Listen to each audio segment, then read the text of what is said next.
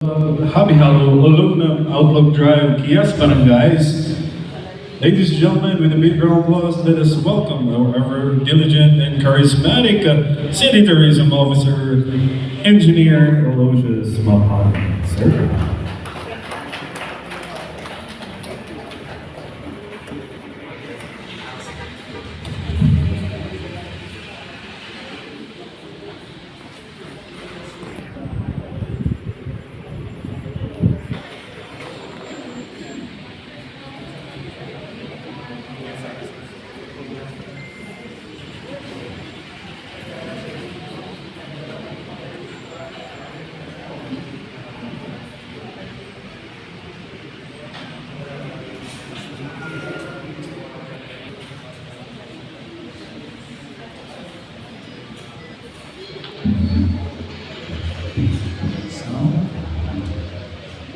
Thank you, and good morning, Imbagandang, Yayo Amin, and thank you for inviting us over.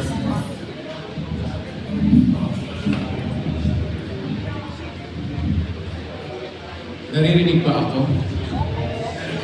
Yeah, thank you. I would like to start with this, but the bulk of my presentation is a concept actually. It's a proposed concept, and we are happy to know that City Planning Office is embracing the idea and make it perhaps something that can really be doable in the near future. Hopefully, the sooner the better. And I would like to give you an idea how the concept has evolved, and how we can actually implement it. Initially, it was just really like a dream, because of the situation that we're experiencing right now for our tourism. I would like to just point out with this slide how Baguio City naman talaga, as we all know it already, is a major tourist destination. To our benefit, you would like to consider it that way. It already a major source of livelihood for many of our residents. But at the same time, it's starting to be a source of irritation na din for our residents. I'm sure you are aware of that. Just this past Holy Week, marami tayong locals starting to complain about traffic and crowding in their areas. So that is something that we are fully aware of and wanting to find out how to balance or find a win-win solution so we can maximize the benefit of tourism while not sacrificing the resources and natural build or environment of our city and other infrastructure services.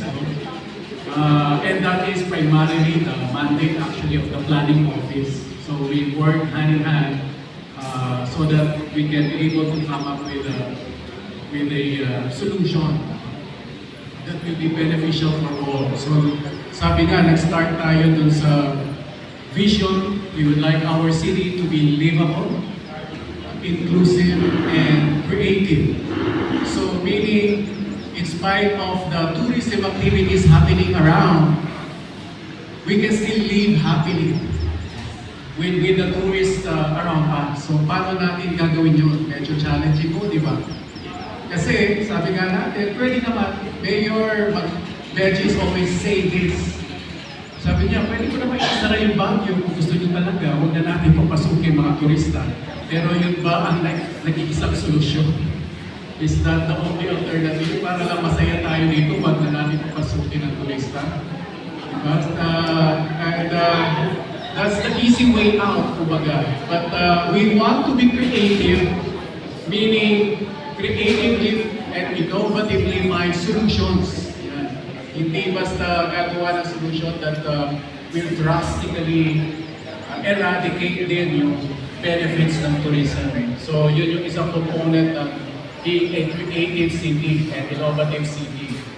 And at the same time, inclusive, emphasizing that whatever benefits that we get from tourism, mag-benefit yung locals.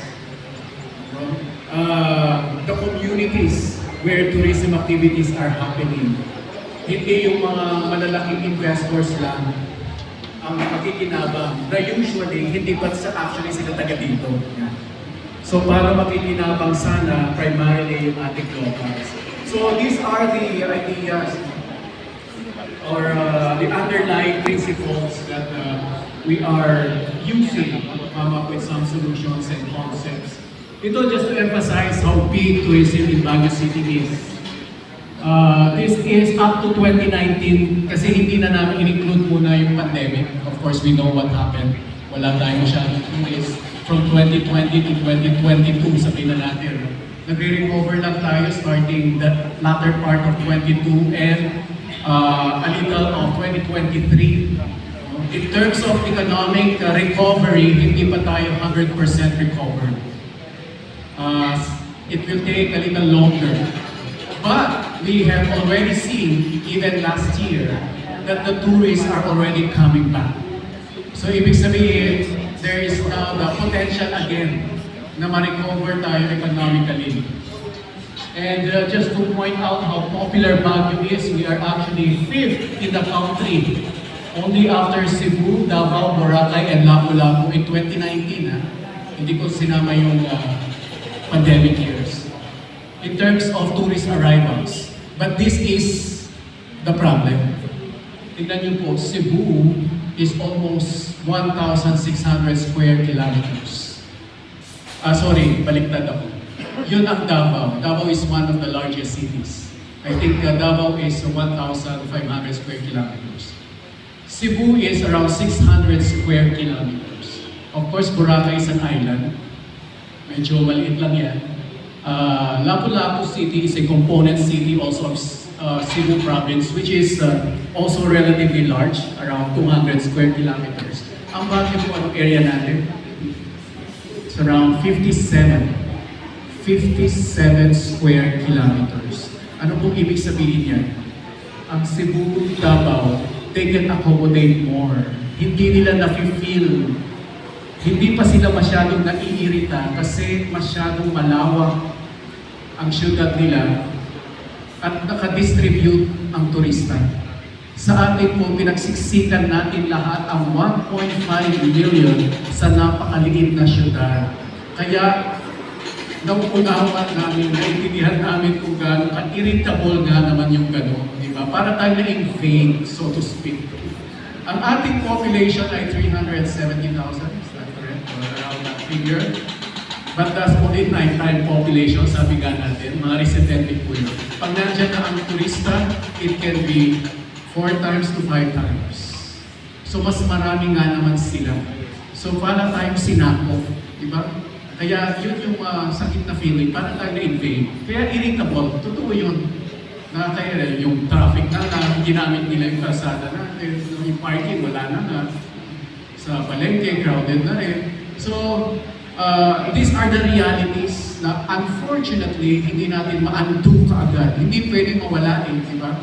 Kung gusto nga natin mawala, ipasa lang natin yung Kennel Road. Pero hindi no? At marami rin nakikinabang kasi no? So paano natin kaya ma-maximize yung pakinabang na yun? At the same time, economically, I would just like to point out, and this has been pointed out by the planning office already, that the economic contribution of tourism is around 25% of our GDP, or that's practically 1/4. Ito rough computation namin ito, kasama namin sila Ray, no? Nung nag-survey kami. At medyo malapit naman doon sa sinasabi ni planning na 25%. So if we look at the gross receipts of these tourists coming in, by the way, bakit hindi 1.5 million ang nilagay namin relative estimate arrivals? Kasi yung 1.5 million po na nakita nyo dito, 2019, ay yan lang po ang nireport ng mga hotels and accommodation. At alam po natin, hindi lahat sila nagre-report. Sadyang tinatago nga ng iba. Malamang aware din kayo dyan. At alam din po natin na maraming illegal pa na accommodation na malamang hindi sila mag-report or else hahabulin sila ng permits and licensing. At meron din mga turista na hindi nag-check-in. Tama? Nakitira sa inyo actually. Mga relatives, kamag-anak, kaibigan, estudyante, mga pamilya ng mga estudyante, nakitira sa boarding house, hindi po sila na-report. Kaya itong 1.5 million na to, conservative, baka 1/3 lang, yun ang estimate namin. So pag kukunin natin yung tunay na number, it can be times 3 or even more. Kaya sabi namin mga around 5 million. Imagine that. Hindi lang pala times 3 or times 4, baka times 7 na. Yung 3 million po, yun yung estimate namin sa mga same-day tourists, meaning hindi lang overnight. No, marami din tayo niyan. Dadaan lang sa Baguio, pero ang punta pala nila ay beach sa La Union. Marami din po yun. Same-day tourists or tawag natin excursionists. So sila yung mga 3.6 million naman. So mga 8 million in a year, imagine that. That's already a population of one country in Europe. Ang average stay, kung titignan natin mga nag-check-in, 1.64. At ang contribution nila, meaning ang ginastos nila sa aming estimate ay 44.3 billion pesos. Saan pumunta to? Ito yung mga nakuha ng mga tourist establishments, hotels, transients, transport, taxi, restaurants, sila po ang nakinabang niya. And itong 44.3 billion is accounting to the 25% of our total GDP in Baguio City. So malaking benefit nga naman ang tourism. Sabi ng marami, every time nga na may nagbe-benchmark tayo ng LGU, napakaswerte na Baguio City. Kasi ang dali nilang maka-attract ng tourists and therefore can contribute economically. Yan din naman talaga ang purpose ng tourism. Para for economic opportunities and economic growth. Ngayon ang tanong, saan po ba nakikinabang dyan sa 44.3 billion? Hindi lahat. Baka nga yung mga malalaking establishments lang, and sabi nga natin, usually baka mga investors na hindi naman originally taga Baguio. That is the reason why we are coming up with a concept. And initially, this is something that we thought of while looking for areas na kung saan ay makadevelop tayo ng tourism site that will help and benefit directly the communities. Many times, sinasabi ng mga bisita, pag pupunta sila dito, it's always the usual, it's always the parks na lang ang nakikita. No? Nasaan na daw yung pine trees? Nasaan na yung mga IT communities? Kasi kung gusto nila makita, no, pupunta na lang sila sa Tabawan. Kasi may madalas doon cultural shows. So ang suggestion, lumabas na lang sila ng Baguio. Punta sila sa Kalinga kasi nandun naman si Apo Wakol. Mayroon din cultural village sa Kalinga. Sa Ifugao, sa Rice Terraces, marami din doon. But we are considered the gateway to the Cordilleras. Marami sa ating turista gusto in just 2 or a week makita na lahat dito sa Baguio City. We are the center of the Cordillera region. And we are proud of that because it is a unique identity for our city to be bringing or having that kind of identity na wala sa ibang lugar. Tayo lang ang meron ganun. As a matter of fact, we acknowledge that we first have the Ibalongs as our original settlers, but ang dami na po nating mga IP communities dito sa Baguio. Sa census natin na hindi ko lang alam na yung numbers from Mountain Province. Sa Asin, marami po tayong Ifugao community. Diba? Sa Happy Hollow, I think it's more of 4 different ethnic communities. So dito na nag-converge ang different Cordillera and IP communities. So that kind of identity is something that we can even actually showcase to our visitors without having to go outside of the city. Kahit a pocket of what we have as our part of our heritage and culture. And in doing so, it is important, yun yung byword ng planning office, the mayor, that this is something that should be sustainable for the city and for the communities. There are 3 pillars of sustainability in tourism product development. So, ito yung framework na ginagamit namin in finalizing our tourism development plan, which we are finalizing together with the City Planning Office.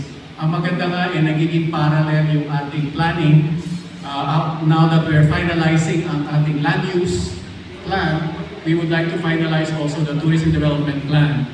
And we anchor all of the plans for tourism in these 3 pillars: environmental sustainability, socio-cultural, and economic sustainability. Briefly, alam naman po natin, pag sinabi natin environmental, we do not sacrifice our environment. Protektahin natin, yun nga, pag tinatanong nila nasa ng pine trees, meron pa naman. Pero sana hindi na sila mawala. Nagpakita na kanina ni Architect Donna kung saan pa yung forested areas natin, yung watershed. Sana hindi mawala yun. But that's not the only thing. When we say environmental sustainability, ating resources, water supply, electrical supply, kailangan protected po yan up to the future. Lagi po tayong ample resources for the residents and for our visitors. When we talk about socio-cultural sustainability, what we meant here is that we do not lose our identity. As Baguio people, the heritage of our IP communities must always be what we are proud to showcase to our visitors, and nothing is, ang word nga ni Architect Donna is the cultural authenticity. Nothing is fake or nothing is made up na inimbento lang natin. Ibig sabihin, huwag tayo gumawa ng park na mukhang Disneyland. Kasi napaka-foreign noon. Dapat ang ating mga attractions will be reflective of our own identity and our heritage, and our communities are still living comfortably. May structure tayo na kung saan yung mga residents ay hindi masyadong naistorbo ng mga bisita natin. Yun yung tinatawag nating livable, in spite of the many visitors.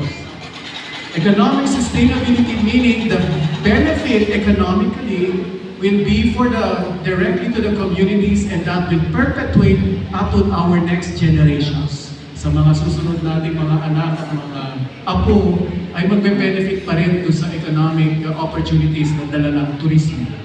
Yun ang ibig sabihin po ng economic sustainability. So yan yung principles ng sustainability sa paggawa natin ng isang tourist attraction, tourist site. And yun nga, we are also anchoring on the principles of UNESCO, being a creative city.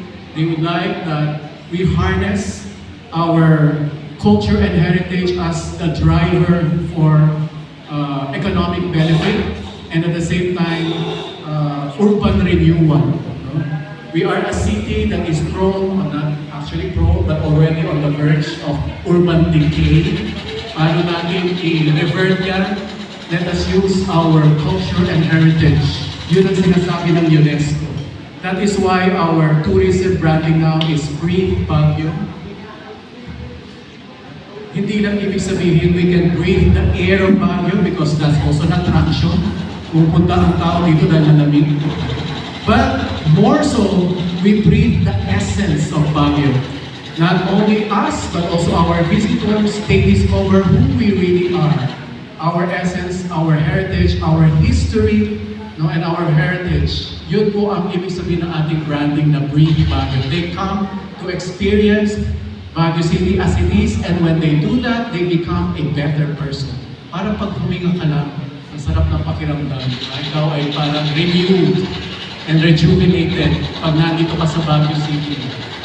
Okay, what is this concept? Actually, nag-umpisa pa ito before pandemic. Naantala lang ng pandemic. Napagod po ni Ma'am kanina yung luwakan. Kaya naging double L na siya.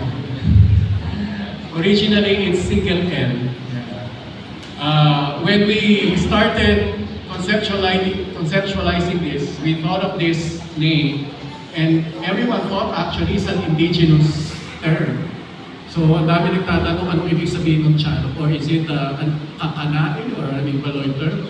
It sounds like something ethnic, CHALLOK, but actually it's an acronym of 6 barangays. Why did we zoom in with these 6 barangays? This is in the eastern part of our city boundary near Itogon.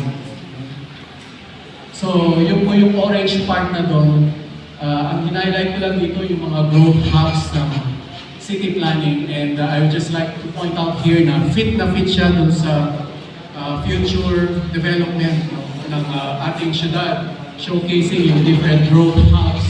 It's actually in between the airport hub, which is an advantage, and the parks hub. So, dito sa may mga Mines View and right part na dito sa bandang itaas, o northeastern part. Yung orange na rectangle, nandiyan po yung CHALLOK.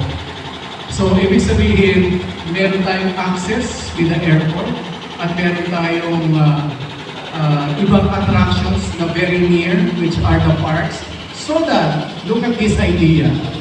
We start to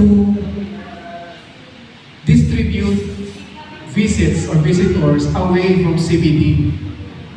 So if we can have an attraction concentrated along the east border, baka doon na mag-gravitate yung pagpasyal ng mga bisita natin, awag na masyado sa Central Business District.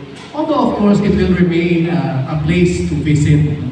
Pero we would like na meron tayong options for our visitors to see. At the same time, this can already actually catalyze development in Itogon.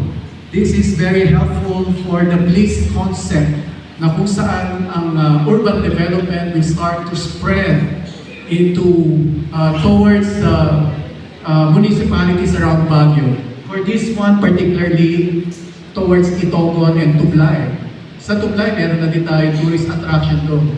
So what does that mean? Magkakaroon ng economic opportunities na rin towards Itogon. Malay natin pag nasa peak na yung CHALLOK, marami na rin hotels ang mapuput up sa Itogon area. Kasi nandun na yung pagpunta ng ating mga bisita. So hindi na masyado magiging crowded ang ating Central Business District kasi marami ng options away from the center. So that's one idea there. That's why it is located in those 6 barangays. At the same time, we are attempting, or this concept is also wanting to accomplish the 6 SDG goals ng United Nations, na no man left behind, because we have city planning has profiled many in these barangays, nandito yung medyo low income communities. So if we can start developing something that will provide economic opportunities, sana wala na pong, sabi sa isang survey, tayo daw ang richest city outside of the Manila. Marami pong nag-react, hindi naman daw natin na-feel. Nakita niyo rin yun sa Facebook, nakita ko yun eh. The richest per capita, sabi naman, according to GDP per capita, richest city daw outside of Metro Manila is Baguio City. So baka wala na masyadong poverty, but let us explore more economic opportunities. Gender equality, because we've seen also a lot of activities in that area that are actually led by women. So ma-empower pa yung ating mga women sa mga activities na implement natin. Decent work, economic growth, of course that's obvious kapag meron ng opportunities. Reduce inequalities, sabi nga natin inclusive ating city, sustainable cities and communities, and climate action. Why climate action? Because the concept aims to protect the forested area in those 6 barangays. Ngayon, 7 na pala. So what are these 6? Now 7. Naging double L na po. Kasi anyway, yung airport nasa Lubacan naman. May I know who among us who are in these barangays? Now we have County Club, Happy Hollow, Atok Train, Luwakan, Atok Ekias. Marami po sa atin. At naisip na po ni Architect Donna na we might have similar concept perhaps in the western part naman, which is the Asin, Irisan, and Tuntogan area. Kasi meron pa rin mga forested area dito. Now, we are introducing this in this venue or forum while we are discussing CALTs. Because, na-point out kanina in Happy Hollow alone, there's a large area of CALT. But it doesn't mean na yung mga CALTs lang pwedeng mag-embrace ng concept. It's actually even private properties there. There are a lot of private properties doon na still within the area na forested pa rin. Na they have the same problem as CALTs. They are starting to be encroached by informal settlers, mga squatters. Problema rin nila yan. Kahit hindi actually CALT yung property. And even there are small, I'm not sure kung meron pang government property dyan. Yun ang mas prone sa squatter. And if we are able to protect this area, baka ma-avoid na natin ang mga informal settlers. Kasi it will become a protected area once we implement CHALLOK. So it's an acronym as I've said. No? And if you look at this left diagram here sa panel, left panel, this is the stretch of that area from Outlook Drive up to Kias, kasama na rin yung airport ng Luwakan.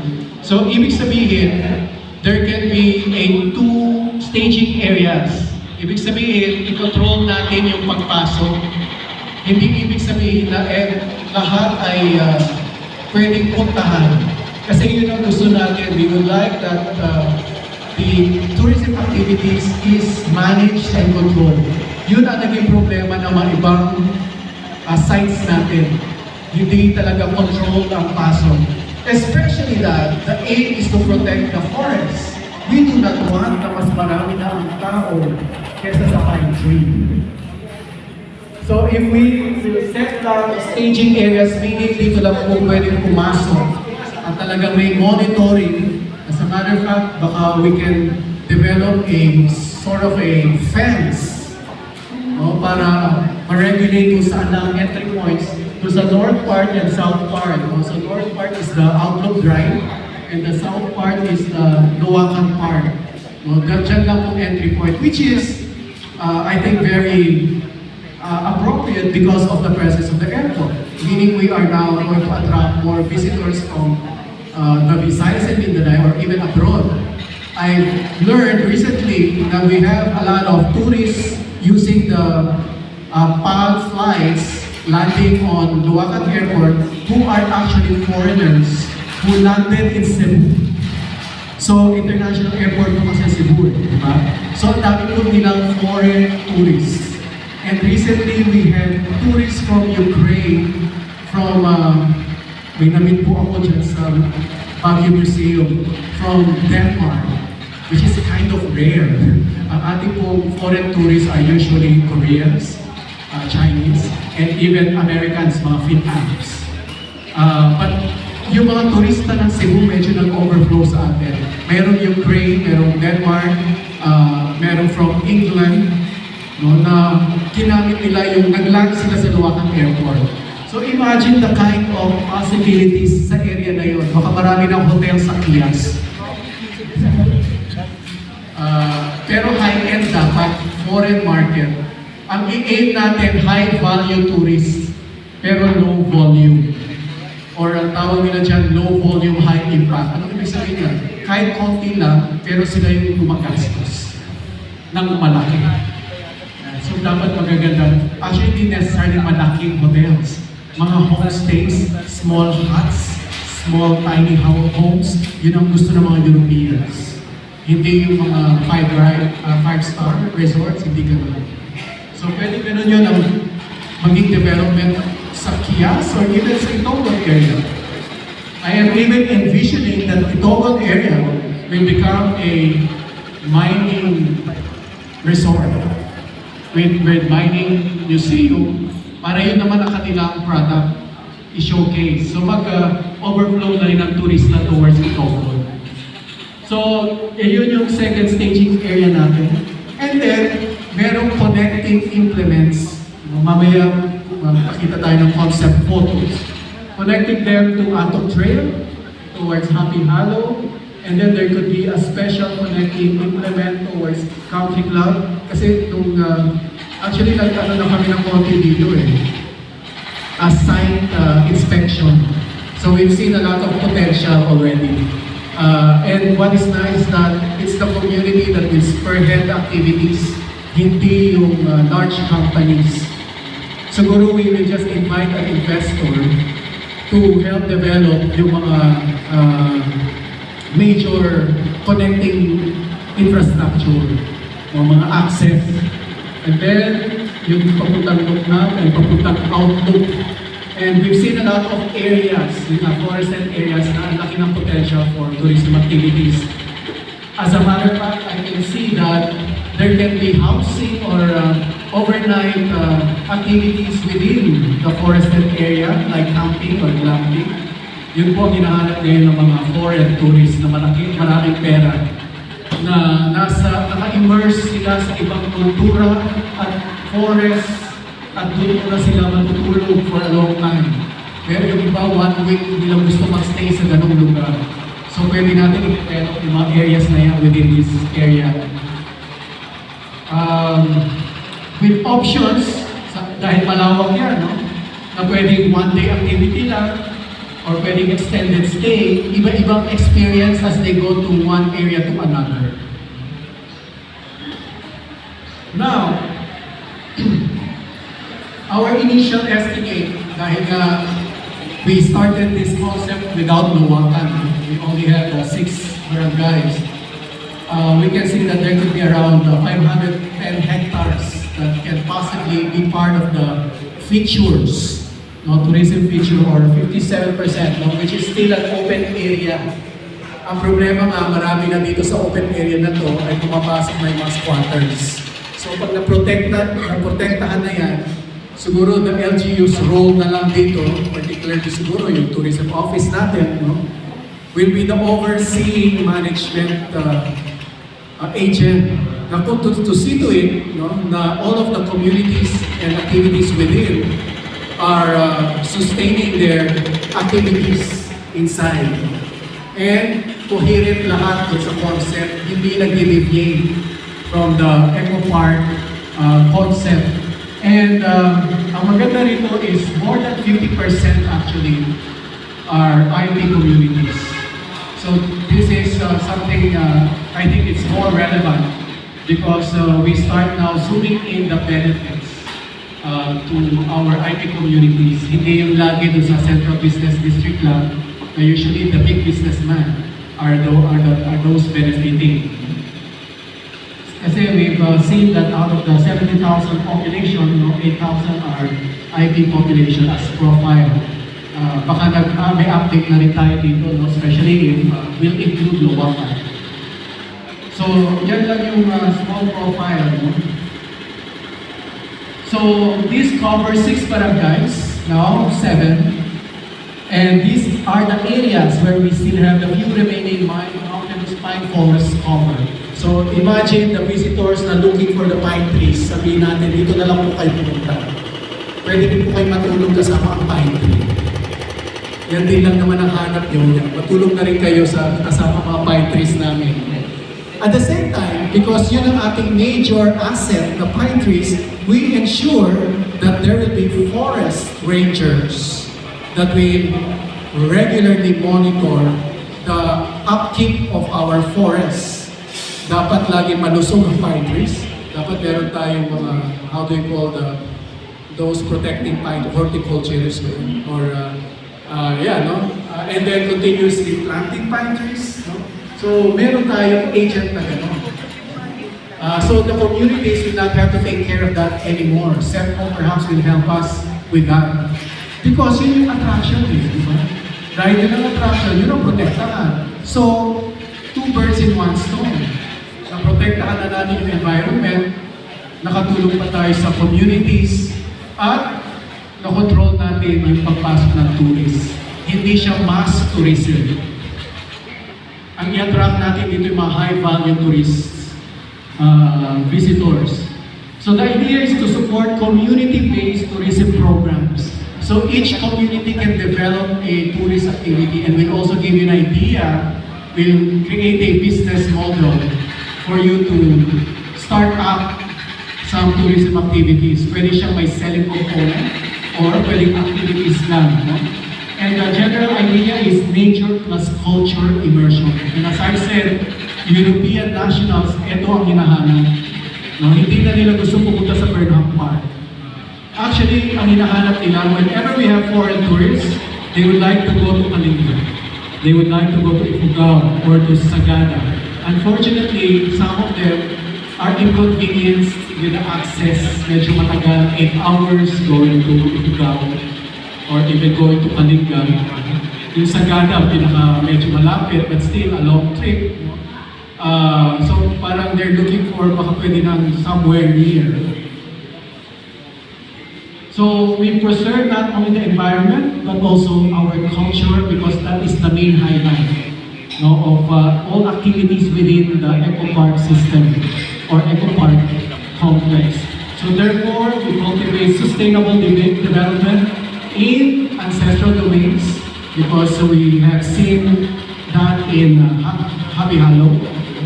And part of the city's branding campaign of Breathe Baguio. So when a tourist is there, they are actually truly living and breathing Baguio as it was discovered by the Americans. Alam niyo po na historically naman talaga na Baguio was created to become a recreational center for the Americans. So ibig sabihin, tourist destination na tayo noong unang panahon pa lang. Pero nung na-discover ng Americans, yun na nakita kasi nila, ang ganda ng hangin, ang daming pine trees, ang ganda ang weather, there's a unique cultural identity, there's a unique heritage. Nasabi nga nila, kung panahon natin ngayon, medyo nawawala. Paano kaya natin pwede ibalik? So ito siguro yung chance na pwede natin ma-showcase ulit.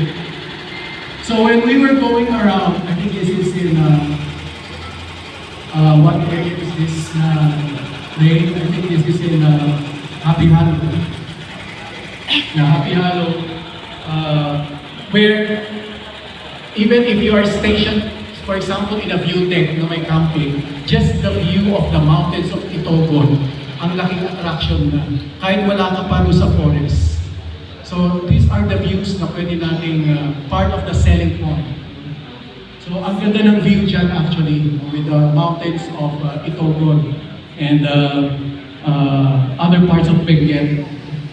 Ito yung isang mga forested areas. I think this is already in Lugna. And nakikita nyo may mga bubog dyan. Ibig sabihin may mga dwellings na, and we're not even sure if they are legal or illegal. Yeah, pero kasi sporadically meron at meron somewhere within the forests. So hindi ko alam kung na-map out na yan ng sino. Pero may mga hidden, ano po dyan, informal settlers na na-discover lang namin while walking around Luknap area. And we saw this area also, parang ang pangit, di ba? Ang daming. Pero you know, nung in-envision ko, parang ang ganda actually gamitin yung mga nasirang Volkswagen, nasirang mga old cars, and convert it to pwedeng maging hotel, and convert it into a country village, going cowboy town. Can you imagine that? Tapos may kabayo, di ba? May cattle siguro. Kasi may nakita din kami mga baka roaming around. So but if they can be contained in one area, that can be like a farm tourism. Tapos i-decorate natin yung mga, mukhang hindi naman nagagana mga yan, di ba? Lagyan na lang natin ng mga decoration, mga halaman. Ang gandang paglaruan to become an attraction. I don't know whose property is that, but that is what we saw one time when we were walking around. Ito rin yung isang question namin if that is legal. Baka nandito po yung may-ari. So I'm not agriculture kung saan namin, I think this is more of the country club area, yung forest area ng country club. And we saw farms, which is very nice. Meron pa kang terrace farms. So, of course, hindi siya rice terraces, it's vegetable terrace. We can develop that into a highlight feature, agritourism. Tapos, meron siyang katabing maliit na restaurant na lahat vegetarian, lahat ng menu items galing sa farm. Ito yung tinatawag natin sa farm-to-table concept. No? So, pwede mangyari yan. I don't know whose property is this. No? Actually, may nakita kaming ginawa ng tar access road towards this farm. No? So, ibig sabihin, wala tayong sisirain. Marami na tayong existing assets. We just developed them. And yeah, we're still walking around na nakita namin na hindi na-develop yung kalsada na iniisip namin na huwag na i-develop.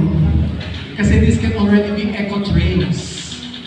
It can be by horseback riding or running or mountain bike. No? Kasi pag ginawa ng kalsada yan, papasukan na ng mga motorized vehicles, ayaw sana natin na maraming pollution ng gas. I-protect din natin yung area from carbon emission. So wala sanang gas-driven vehicles. So yun yung nakita din namin potential. And we had some meetings with our barangay officials. I think it's 3 different barangays to find out how will they receive the concept. And it's a positive reception naman among the barangays of the 6 barangays. Ang problema lang nag-pandemic, kaya hindi na namin sila napalikan. But we're planning to reconvene again the affected barangays. Especially that now we have interested third-party, private party na kung saan pwede gusto tumulong at mag-develop ng master development plan. So na without cost to the city. Yung master development plan, kailangan magkaroon tayo ng master plan. So these are the possible activities. Doon sa entry points, staging areas, view decks pa lang palalo na eh. Kahit meron ka lang coffee shop dyan, meron ka lang, di ba marami na sumisikat na coffee shop along ang Buklaw because of the view. Eh sabi ko nga dito pala, ang dami ng view. Diba coffee shops or restaurants, specialty restaurants, or Iliran food restaurants, view decks. And marami rin po tayong crafters sa barangays na yan. May nakita kami sa country club barangay and also along Lukna barangay. So baka pwede tayo magkaroon ng shops, sa staging areas natin for crafts and arts na exclusively for local crafts lang, hindi yung galing sa Divisoria. Kasi marami po mga ganun ngayon sa Pride Park. Oh goodness. Pasensya na po. Nandito yung iba. Nakikita po sa Pride Park or sa Mines View, souvenir, nakalagay Baguio, pero actually pinili lang po sa Divisoria. Tinatakan lang ng Baguio. Sana po yung craft na ginawa ng ating local. Para talaga makinabang yung local crafters, hindi China. Kasi Divisoria pero sa China products. Pocket gardens. Ito yung parang hidden gardens. As you walk around the trail, pwede tayo mag-design. No, na hindi siya dating nandoon, pero i-design natin. Ito yung mga manicured. Pwede tayong gumawa na parang may waterfall feature.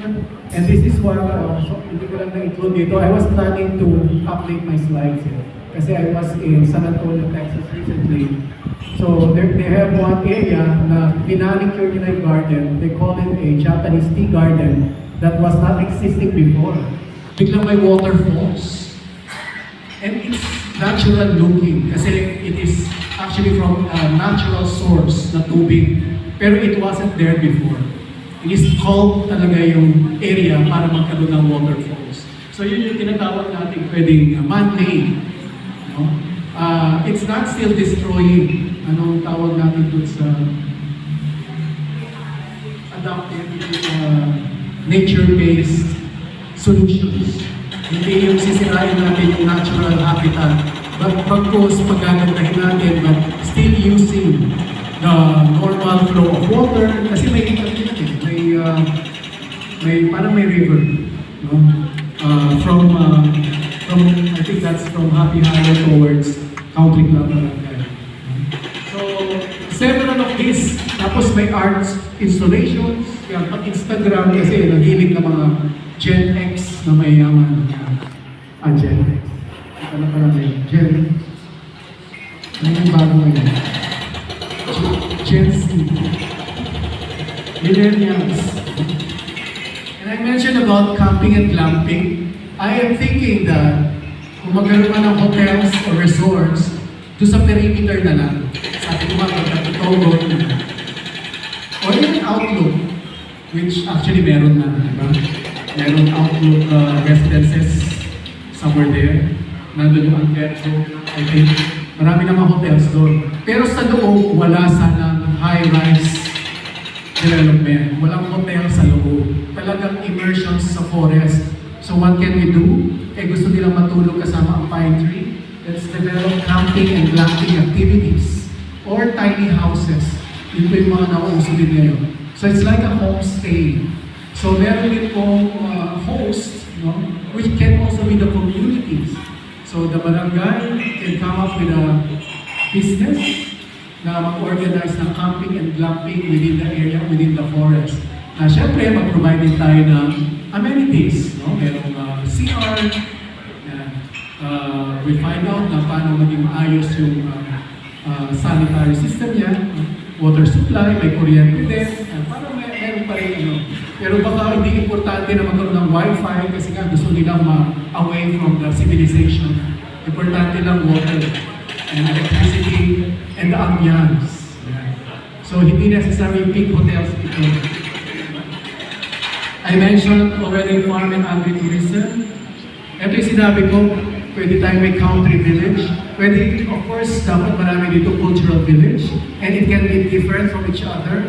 May Ibaloy, may Kakanain, may Mountain Province, siguro somewhere, may Apayao. Yeah. So pwedeng Ifugao, pwedeng iba-ibang pockets. Each barangay can adopt a village. So lahat po ng mga pockets of activities, dapat po ang proponent yung mga barangays or yung mga IP communities. Sila ang magpapatakbo ng mga different pockets of activities. So the role of LGU Lab is overall management to see to it all activities are doing fine and doing well inside. And siguro yung control ng visits, yun ang gagawin din ng city. So dito gaya ng nangyari nung sa sayang din, yung La Presa, do you remember that? Biglang dinagsa ng turista, it could be a potential. Hindi nakahanap ng solusyon. So ang solusyon ay ipasara. Pero it's a potential. It can bring a lot of economic opportunities. Pero sana na-manage at hindi masira yung environment. Dahil walang nag-manage, yun lang ang natirang solusyon. Ipasara. So dito, kailangan yun ang unang solusyon. How to manage the visit, the tourist arrivals, and the features inside. We would like this to also be inclusive to our PWDs. So ito lang siguro ang pwedeng infrastructure na major. So sabi ko kanina, walang kalsada. Ayaw natin pumasok ang motorized vehicle. Pero pwede magkaroon ng elevated forest or ramps. Para yung mga naka-wheelchair pwedeng umikot around the trees. Elevated sila. So ibang experience din yan. Around the trees pa rin yan. No?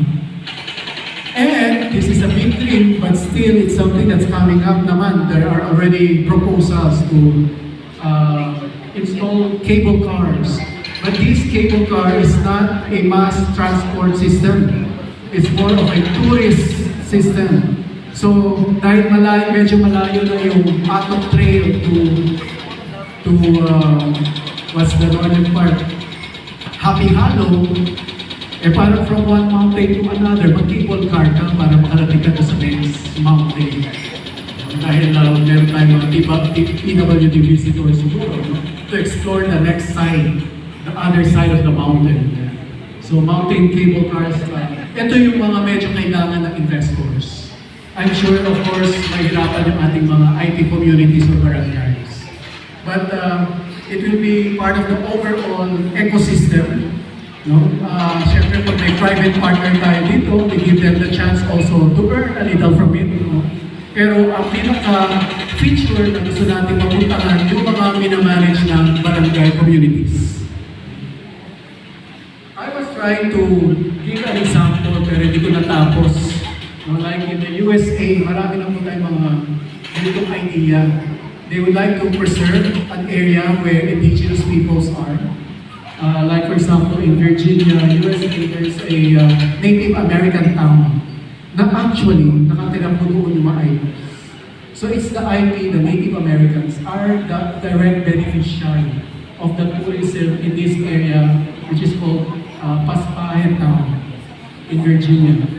The Mesa Verde National Park is a nationally protected forest park in USA that is now a tourist destination with the existence of also American Indians. Meron actually silang village doon sa loob ng national park. So the idea is preserve natin yung forest doon sa CHALLOK area, and it's okay if there are a few of you living inside. Kasi that's part of the immersion. They would like to see how you live. But of course, may konting ano na yan, filters, kung ano lang pwede makita. Baka makita nila kung paano kayo maligo, di ba? Hindi na dapat yun. But something similar that happened to Korea, which is something that I also learned when I visited Korea. This is in Cheongbuk City. There is actually a very old village na marami pang old houses at meron talaga nakatira. Now, of course, tourists have become curious and interested to see the area. Dumadami po ang bisita, so dumadami yung mga souvenir shops, parang La Presa. Dumami ang souvenir shops, dumami ang restaurants, coffee shop, pero nandun pa rin nakatira yung mga Koreans. So now they became irritated. Kasi nga parang they felt they were invaded, which is what we're starting to feel, correct? Kasi may mga nakatira dyan, hindi sila abandoned. So anong ginawa ng city government with the help of a private sector? They met with all the residents, no? And they came up with a policy or a rules and regulations on how to protect their continuous living do sa houses, and at the same time become also open to visitors. So nagkaroon po ng zoning dyan. Meron mga private zones na hindi pwede pumasok. And what's nice is many of the residents open their homes to become homestays. Yung mga turista, dito na lang po kayo tumira for a fee. And they will see how Korean life is about on a daily basis. So yung host siya ang magluluto ng Korean food. So yun yung isang idea na magandang i-benchmark. Sa Korea po yan, Cheongbuk. And there are already pockets of like this in entire Korea. Hindi lang sa Cheongbuk. So I think that's the end of my presentation. I will not show anymore the technical part kasi as a matter of fact, we've done initial technical studies para may reference yung ating private partner pag gumawa na siya ng feasibility study. We've done some results framework, but this is just what I would like to point out here. Tatlo lang po talaga ang gusto natin mangyari dito. Protect the forest area. Second, empower the IP communities in the barangays or the barangay residents themselves, no? Communities in the barangays. So that they can have economic opportunities. And third, decongest CBD. Huwag na puro CBD ang puntahan.